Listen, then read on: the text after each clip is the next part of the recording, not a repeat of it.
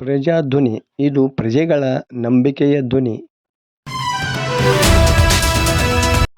ಲಕ್ಷ್ಮೇಶ್ವರ ನಗರದ ಅಕ್ಕಮಹಾದೇವಿ ದೇವಸ್ಥಾನದಲ್ಲಿ ಶನಿವಾರ ತಾಲೂಕು ಶರಣ ಸಾಹಿತ್ಯ ಪರಿಷತ್ತು ಮತ್ತು ತಾಲೂಕು ಕದಳಿ ಮಹಿಳಾ ವೇದಿಕೆ ವತಿಯಿಂದ ಬಸವ ಜಯಂತಿ ಕಾರ್ಯಕ್ರಮವನ್ನು ಹಮ್ಮಿಕೊಳ್ಳಲಾಗಿತ್ತು.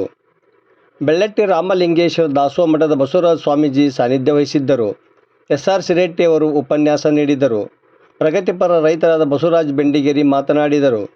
ಶಕುಂತಲಾ ಅಳಗವಾಡಿ, ಸಿ.ಜೆ. ಹಿರೇಮಠ, ಅಶೋಕ ಸೊರಟೂರ, ನಾಗರಾಜ ಹಣಗಿ, ಪಾರ್ವತಿ ಕಳ್ಳಿಮಠ, ತನ್ಮಯಿ ವಡಕಣ್ಣವರ, ಶ್ರೀನಿಧಿ ಸಿಳ್ಳಿನ, ಎಸ್.ಬಿ. ಕೊಣ್ಣೂರ, ಬಸವರಾಜ ಸಂಗಪ್ಪ ಶೆಟ್ಟರ್ ಅವರಿಂದ ವಚನ ಗಾಯನ ನಡೆಯಿತು.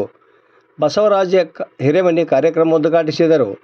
ಶರಣ ಸಾಹಿತ್ಯ ಪರಿಷತ್ತಿನ ಅಧ್ಯಕ್ಷ ಎಲ್.ಎಸ್. ಅರಳಹಳ್ಳಿ ಅಧ್ಯಕ್ಷತೆ ವಹಿಸಿದ್ದರು.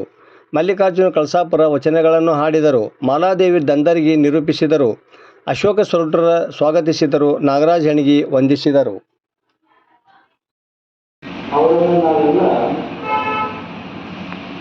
ಬಸವಪ್ಪಗಳಂತಲೇ ಕರೆಯುವುದು. ಪ್ರತಿಯೊಬ್ಬರು ಇದನ್ನು ಗಮನಿಸಬೇಕು. ಬಸವಪ್ಪಗಳಂತಲೇ ಕರೆಯುವುದು. ಯಾಕಂತಂದ್ರೆ ನಮಗ ಅವನ ಸ್ವಾಮಿ ಅದನ್ನಲ್ಲ ಅಂತ ಮನಸ್ಸಿಟ್ಟು ಹೋಗ್ತೇವೆ. ನಮ್ಮ ವೈಯಕ್ತಿಕವಾಗಿ ಅವರಷ್ಟು ಸಾಧನೆ ನಾವು ಮಾಡಿಲ್ಲ.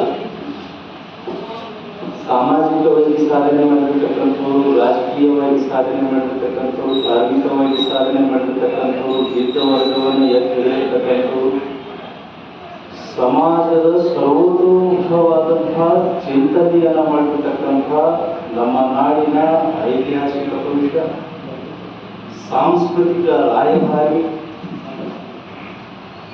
ಮಹಾಮಾನವತಾವಾದಿ, ಎಲ್ಲಕ್ಕೂ ಪ್ರಮುಖವಾಗಿರ್ತಕ್ಕಂಥ ಆ ದೇವತಾ ಪುರುಷನನ್ನು ನಾವು ಶಬ್ದಗಳು ಬಳಸುವಾಗ ಬಹಳ ಎಚ್ಚರಿಕೆಯಿಂದ ಬಳಸುವುದು ಬಹಳ ಪ್ರಮುಖ ಅನ್ನಿಸ್ತದೆ ನನಗೆ.